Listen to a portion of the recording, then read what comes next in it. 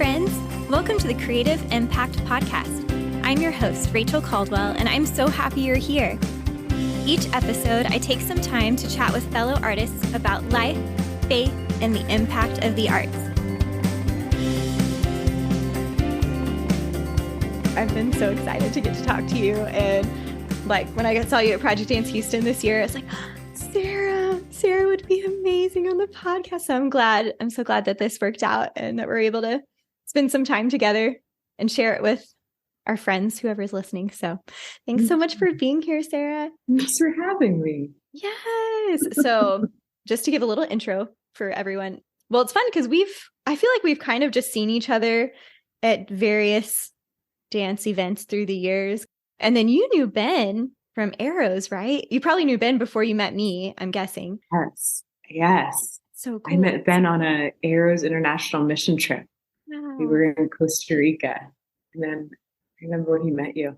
Oh, you remember that? Yes. Oh, cool. Magical time. That's how many years ago now?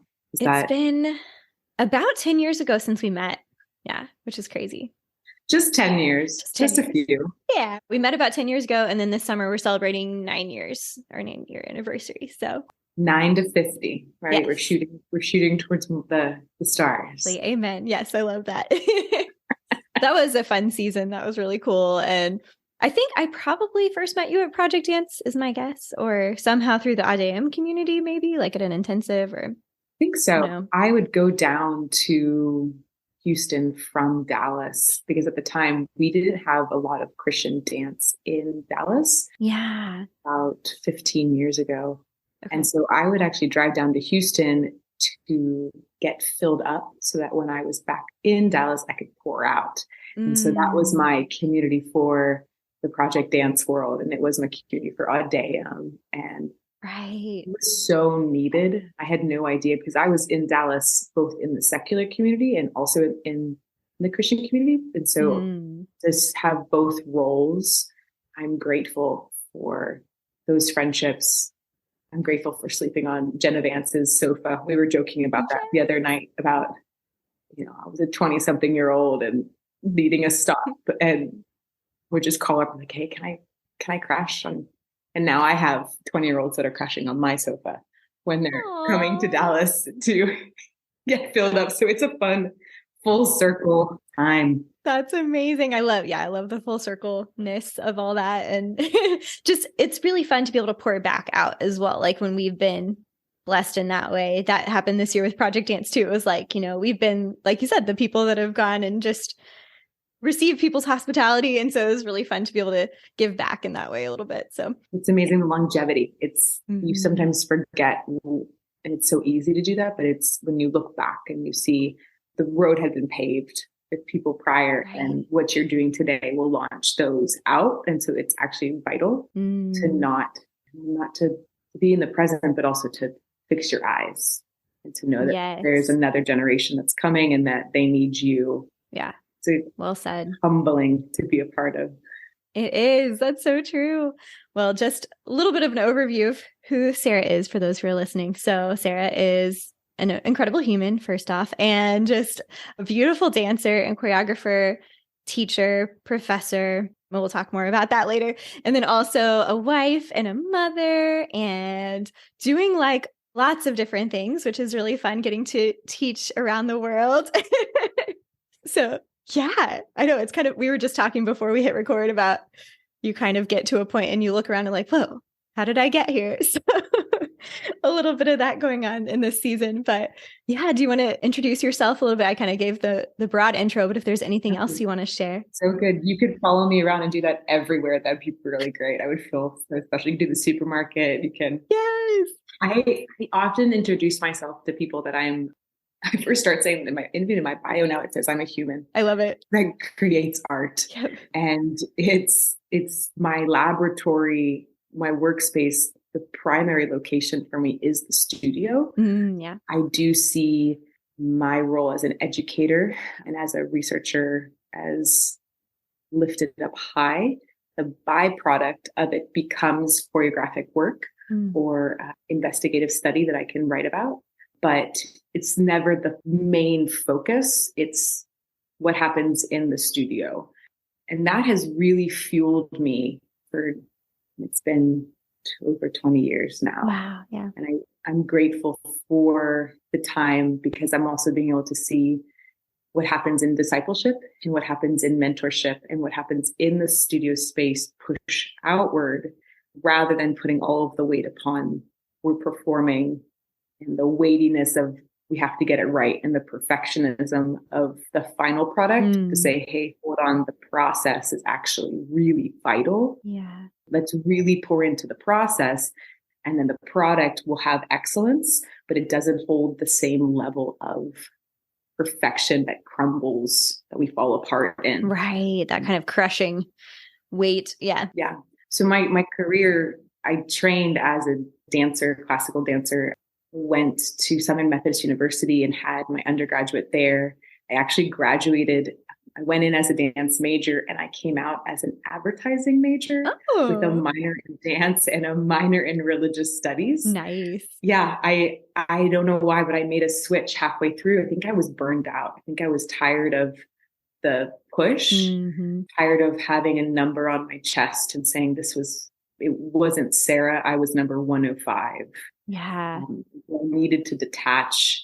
And I found advertising was fascinating to me because I fell in love with the research of market studies and why we buy certain products and the psychology of purchases. Yeah. Which I didn't know, but God actually would use later to study people. What we do in dance. It's what I do in my work. It becomes the study of the human existence, and mapping patterns, seeing what's happening both in the flesh, but then also in the spirit.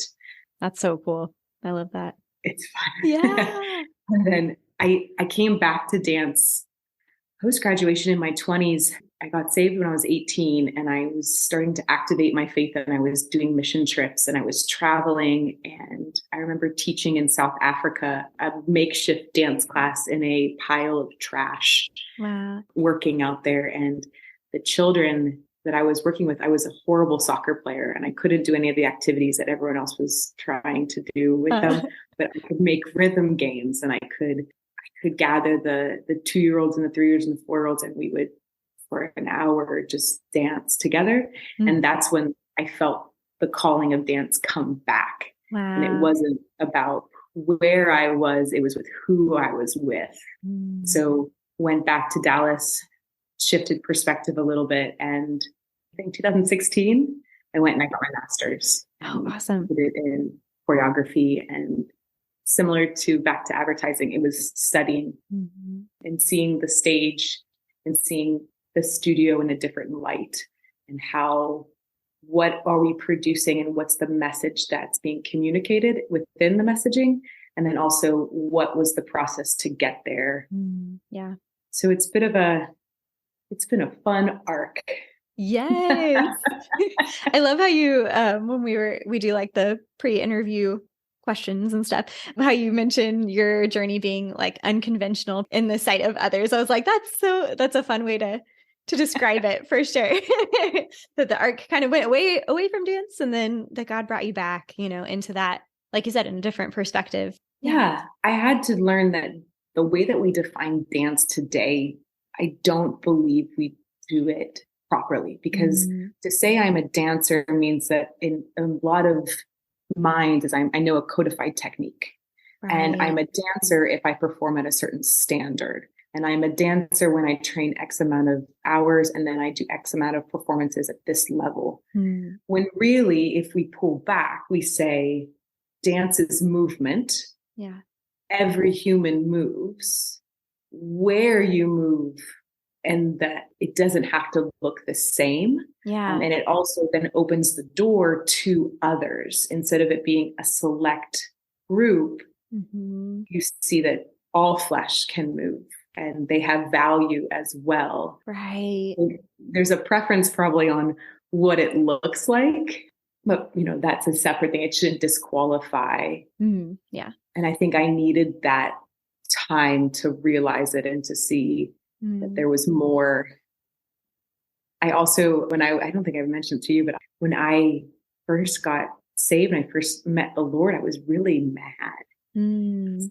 God, why did you make me a dancer? Like, this is not beneficial. Like, Yeah. I'm a female, so I'm already at the time not technically, I shouldn't go certain places. Mm. And people are telling me there's certain rules that I should follow. And then on top of that, you're a dancer who it's offensive because your body can be used, but only in a certain way and in a certain look. Mm. And Like, God, why? Yeah. why? And he was so sweet to just say, no, Sarah, you have no idea. Like, let me show you. Wow. Because I can go places that if I had pastor or missionary on my chest, they would never let me in. Right. But as a dancer, I'm a diplomat for him, and I can go in and perform and intercede, and in my movement break chains, in my movement shift an atmosphere which would welcome in something new. It was his sweetness. He's like, I don't make mistakes. Yeah. Sweet little Sarah. And how old were you around that time when you first started walking with the Lord? Met him at 18 and fell into it backwards, in the sense of I asked the Lord. I was the son of a pastor that introduced faith to me. Okay. And I asked the Lord, I was like, okay, if this is real, if I say yes to you, I don't want front of house. I want back of house. I want to know what's going on behind the curtain. I know what pomp and fair, I've seen what religion is. Yeah. I don't want another performance presentation. I want to know what's going on behind the scenes with the actual system. And, right. And he was sweet enough to honor that from day one. Wow. And so both the pros and cons of that is that the angelic and the demonic became very pronounced. And my dreams became very vivid. And then you're in your 20s and you're like, well, what do I do with this? Yeah. And, this is a lot of information. Right. Yeah. How do I process this? And then what's the step forward from here? Yeah. What's the step forward? Yeah. I prayed for women mentors to come around side of me, and he was faithful to bring powerhouse women that as still to this day walk with me, and we can sort through what's going on, discern what's the next step. Hey, what's in front of me? I'm grateful for that. Yeah. So that's how I came into this wonderful kingdom of God. Yes. So beautiful. That's amazing. Thank you for sharing. I was like, that's so fascinating. I love it. Getting to hear a bit more of just your journey and your story. Yeah. It's not boring. I wish your times we could tell you it's boring. It's not a boring one. I love it. So I think kind of jumping back to something you said a little bit earlier was when you went back for your MFA and were researching and studying. So I'm kind of just curious because I haven't, I guess, gone that route as much with kind of, you called it like practice-based research. And that was kind of the focus there for your MFA.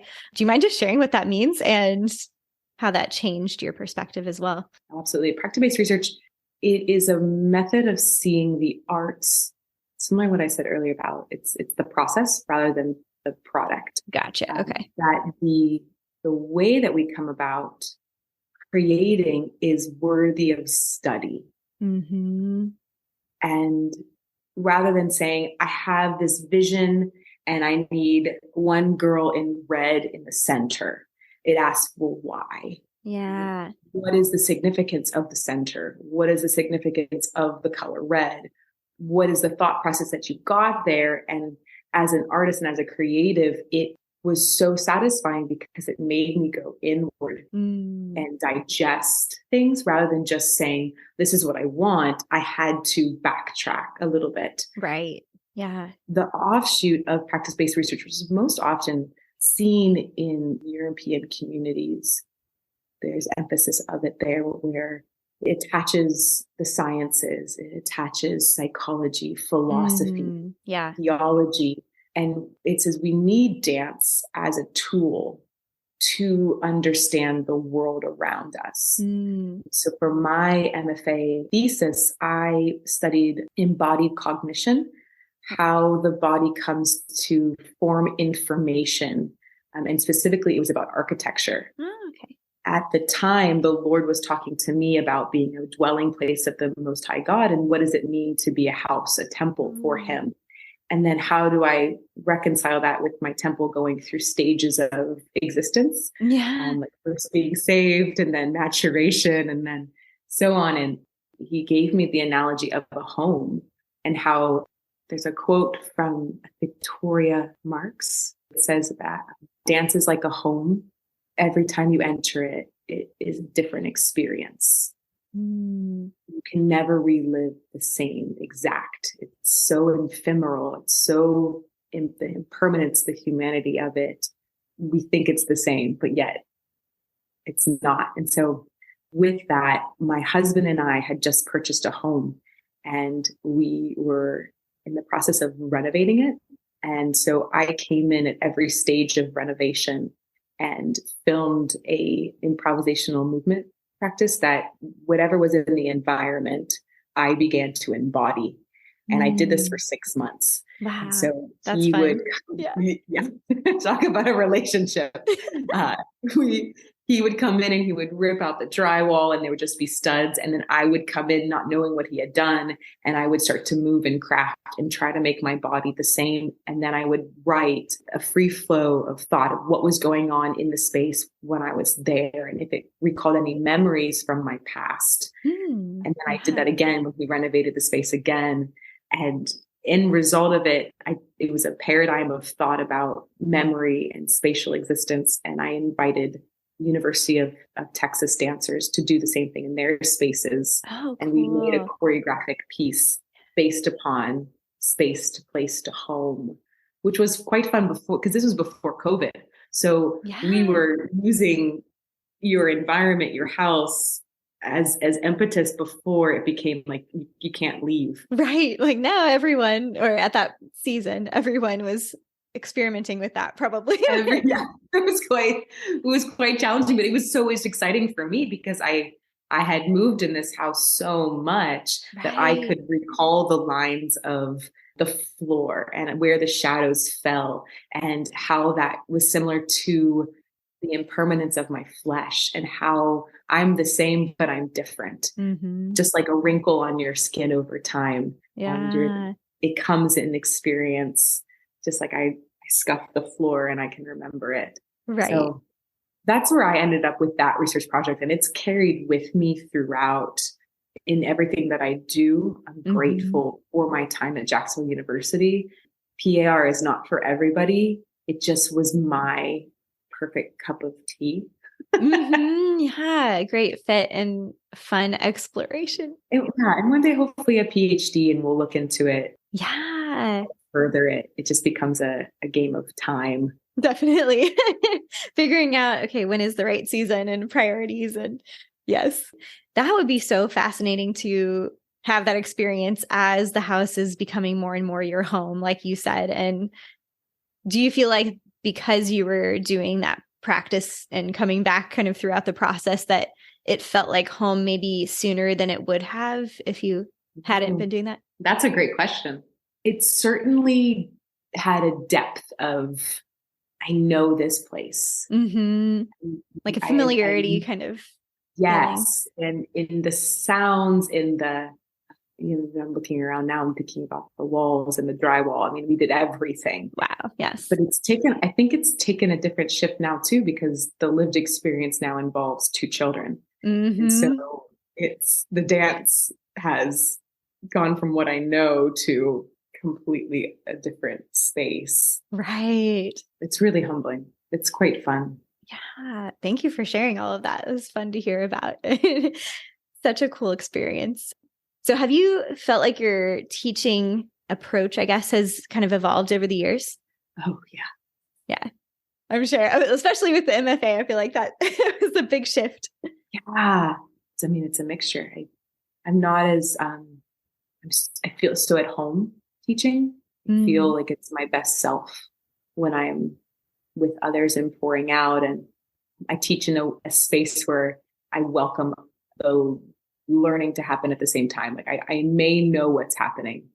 I know what's happening, right? But there's always a hair that you can welcome as an educator, where you're learning as you go because the bodies aren't the same. Mm-hmm. So I always say that I teach to those that are in my room. I can't project on whom I'm going to assume is in the room because that's not fair. And so I prepare myself. I do everything on my end that I can to know the material, to know how I'm going to teach the flow. It's like hospitality. I want my dance studio, regardless of the subject, that those that are welcomed to the table, they feel cared for and they know that they're not going to be dropped. Yeah. All the way through to the very end. Right.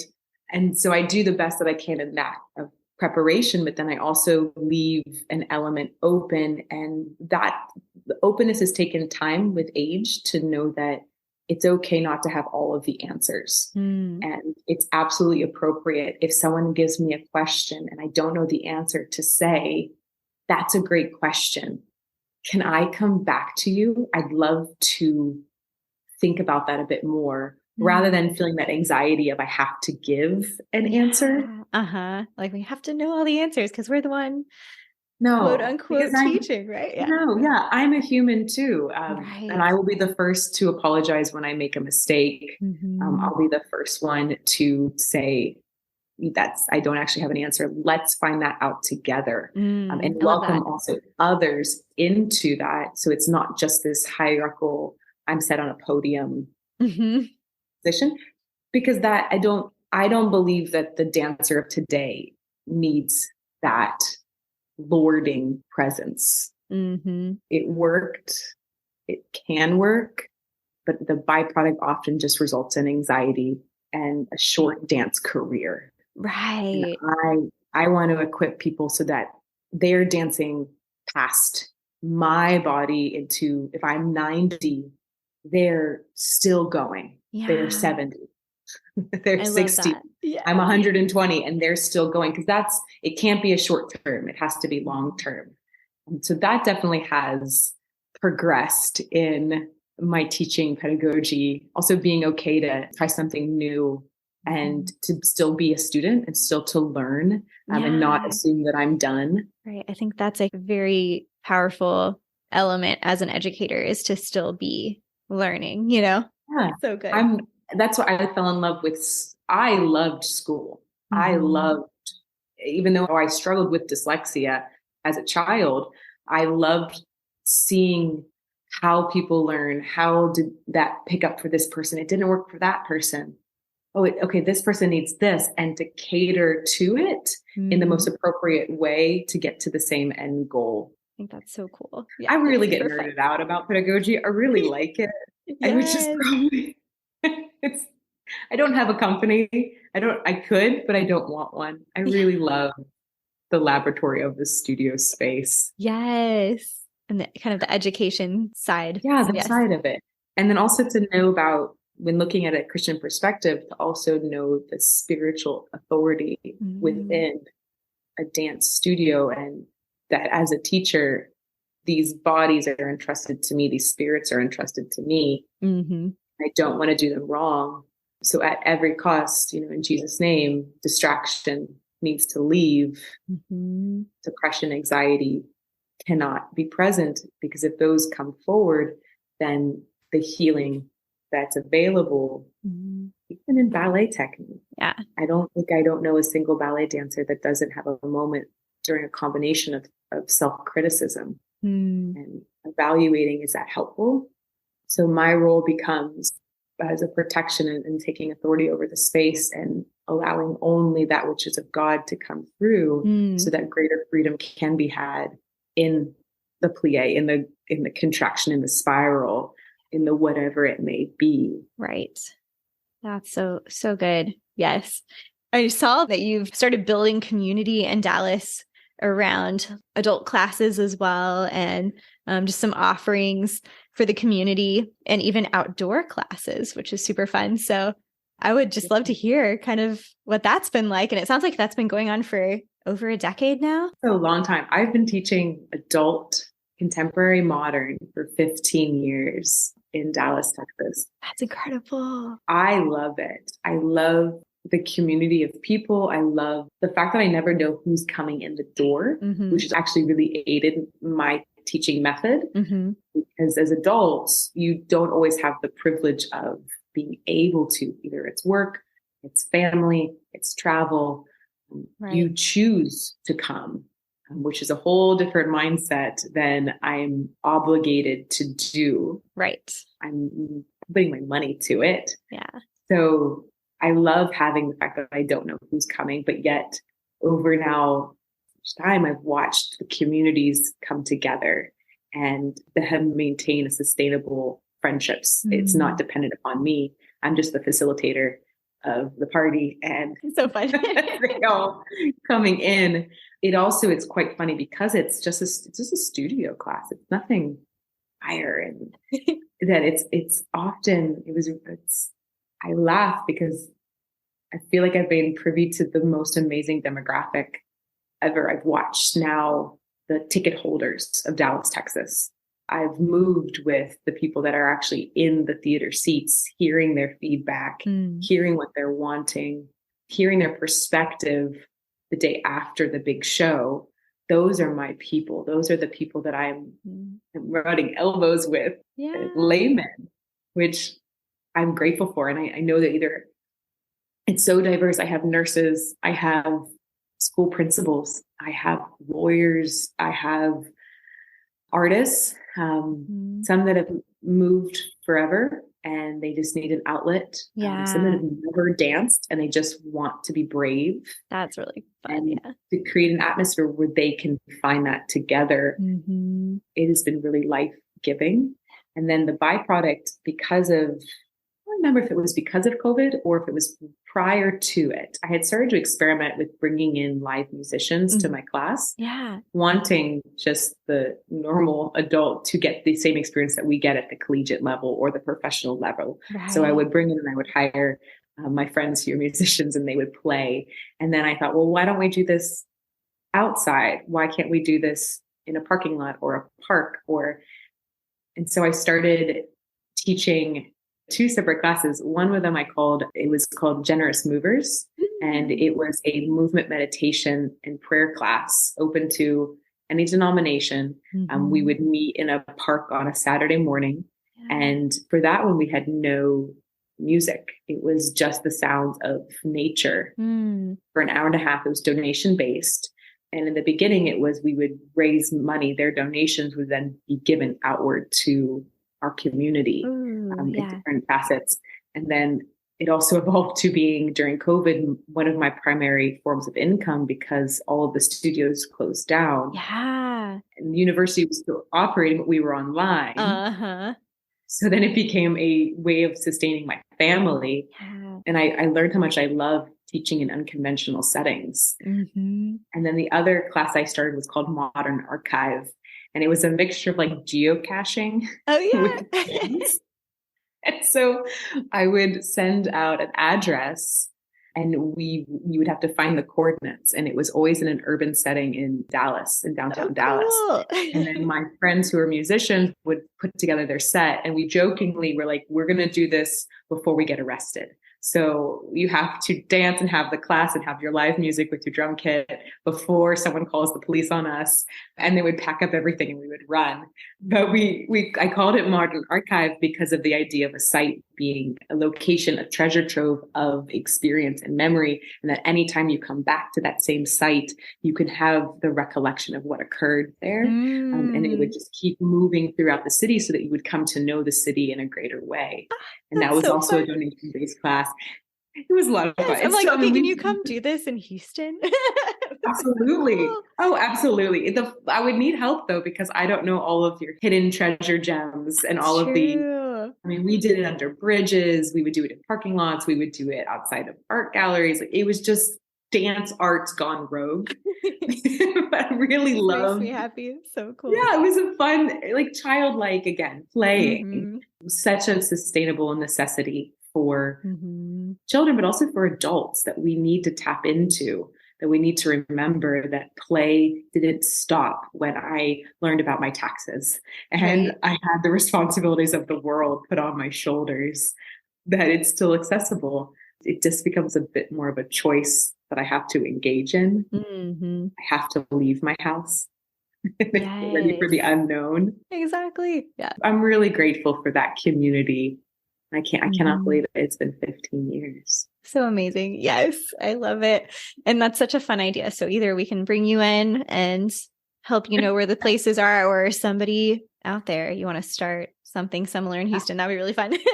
Guerrilla dancing, Yes, rogue dancing. Rogue dancers gone wrong. And it would be a lovely experiment to do also with performance and to see traveling choreographic work one day. Yes. That's the list of to come. Yes. Yes. Things to be continued. Yeah. I love that. So something that I love about kind of a thread that I see throughout your whole journey is the idea of healing and movement being kind of a avenue for healing as well. And I know you mentioned doing the inner healing and prayer ministry, and not sure which direction we want to go with this, but I would love to hear more about the inner healing and prayer ministry that you've done and kind of how you've seen that transform your life personally, and then also the community around you. Maybe we'll start there. Yeah. So many offshoots of it. It's hard to separate, it threads throughout. Right now, where the dance has taken me and where the healing, we say somatics. Somatics is the study of self, somo, self in Greek. And in somatics, improvisational practices thread beautifully because I look at the psyche. I look at what's happening in the body, the choices that we're making, but then it also taps into the philosophical and into theology. And so what I've come to in this season, last 2-3, it's been 4 years, 4 years now, is what Randall Flynn lovingly calls embodied theology. Yeah. I went to Randall, like, Randall, what am I doing? I love it. What is this thing that I'm doing? And he's like, oh, you're taking the scripture and you're finding a method of it coming out into the body, which was so helpful to have his direction of this is what's happening. Yes, he has a way with words as well. Oh, for sure. That's so true. What the Lord has been showing me and revealing to me is the power of a pedagogy, a method of teaching that I don't lecture, I don't look at the scriptures, and we can't just sit. That can be a method of learning, but there's something needed in the engagement of the body and taking a scripture and saying, okay, Jesus, how does this now play out in my flesh? How can I take this into a deeper level, both to know you more, but then also to know me more, to know how I'm applying this inside. Yeah. And so I've started to teach these embodied theology workshops. I'll pop into different companies, different organizations, both dance arts, but then also not. Because again, a dancer doesn't have to be a classically trained individual. Right. And to look at the fear of man and seeing somebody and what does the scripture say? What does the Bible say about fearing man, but not fearing God? And how do I see another human and look them in the eyes? And teaching a whole class structured around that, teaching a whole class about the fear of failure and in having faith and faith that perseveres over time. And so that's how the inner healing prayer and deliverance kind of weaves within these embodied practices. It has been really a joy to have this manifest and to watch it and to learn through others and to hear how they're experiencing Holy Spirit and knowing that the work then comes into everything else off of it.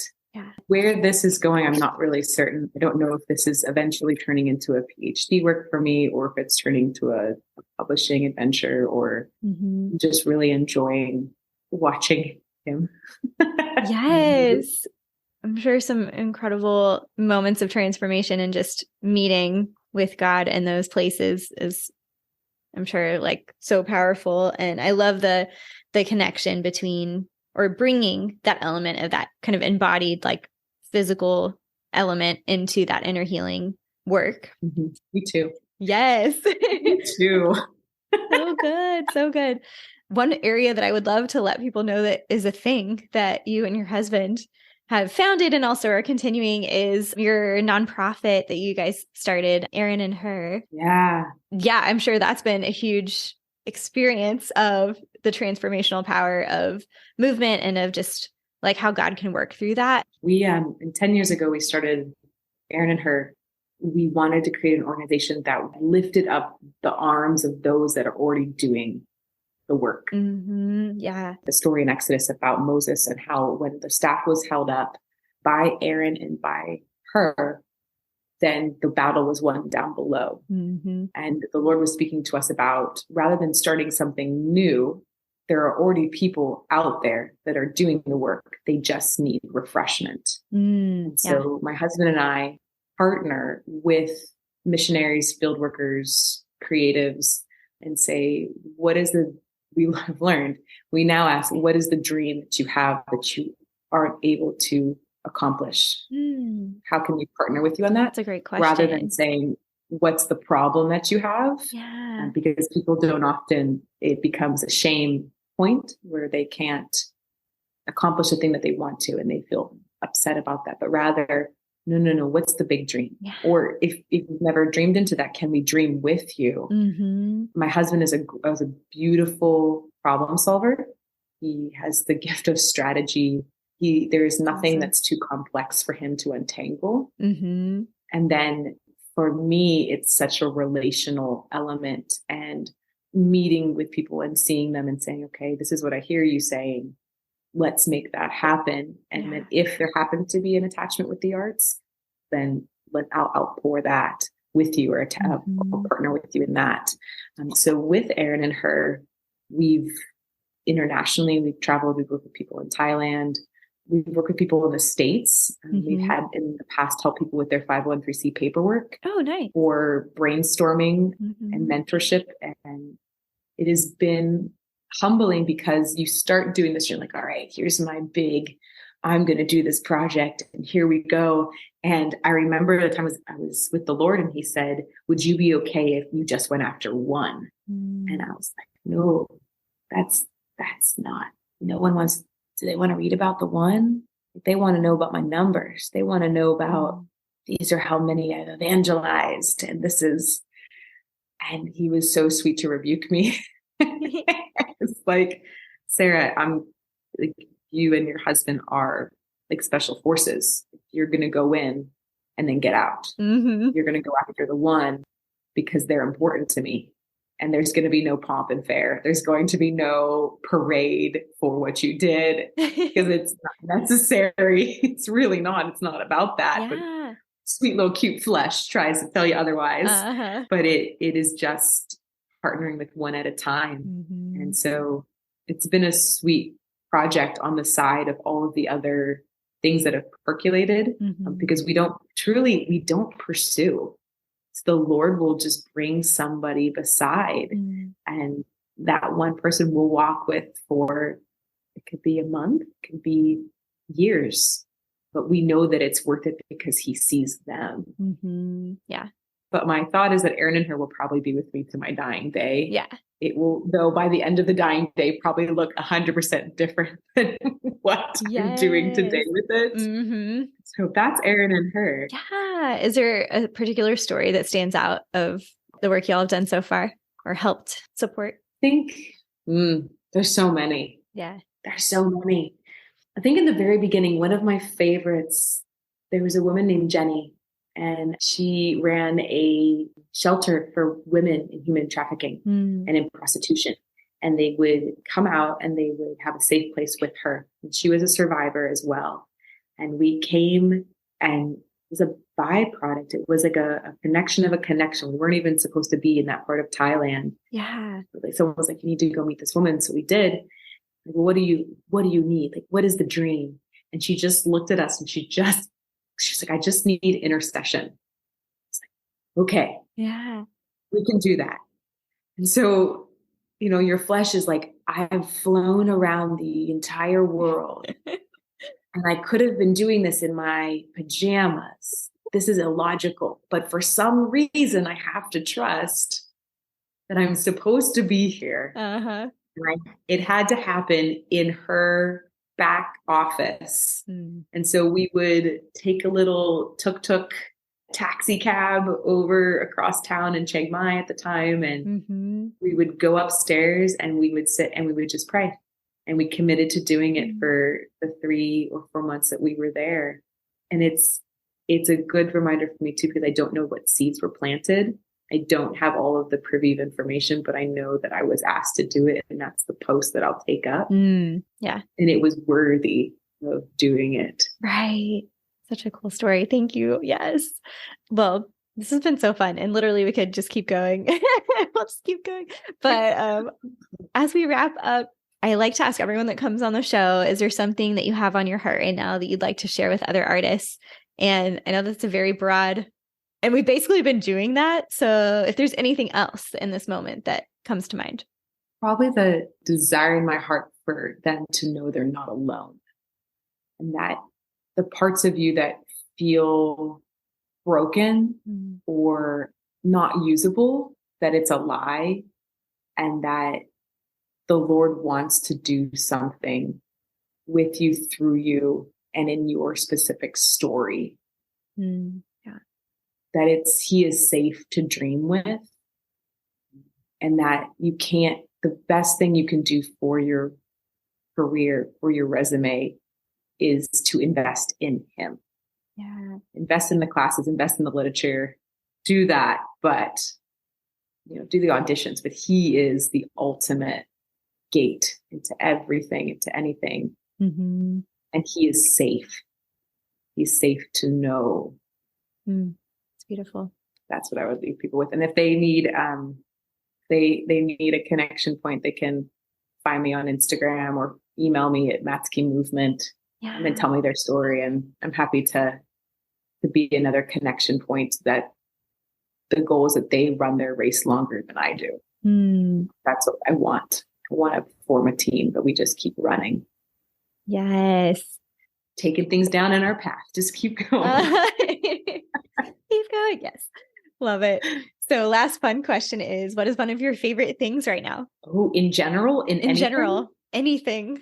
I am, I'm brought back in this season to the, the beauty of mud pies. Yes. Is that probably unexpected, but I how love it. enjoyable. You don't need toys.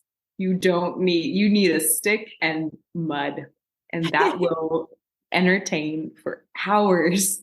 And how therapeutic it is to put your hands in the dirt. Yes. That's my favorite thing right now. I think that's perfect. That's wonderful.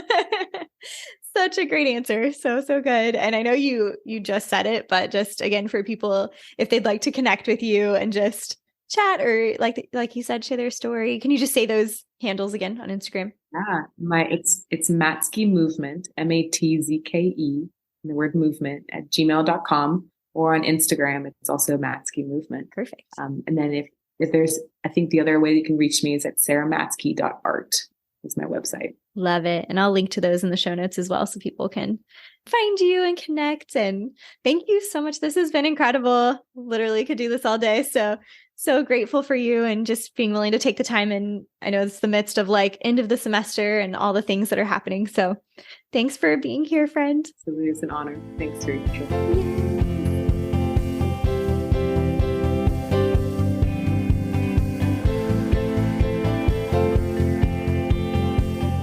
You can find all the links, full show notes, and additional resources on our website, creativeimpactpodcast.com. If you're interested in supporting the show, some great ways to do that are to share it with a friend, to rate and review wherever you're listening.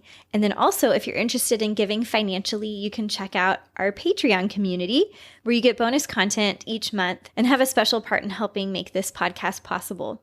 You can access our Patreon community on the link at our website, or by going to creativeimpactpodcast.com/PATREON. Thank you all so much for listening to the Creative Impact Podcast. The music for the show was produced by Michael Cash. Until next time, remember that you were designed to create. You were made to inspire. Continue living with purpose and making an impact. I'll see you next time, friends.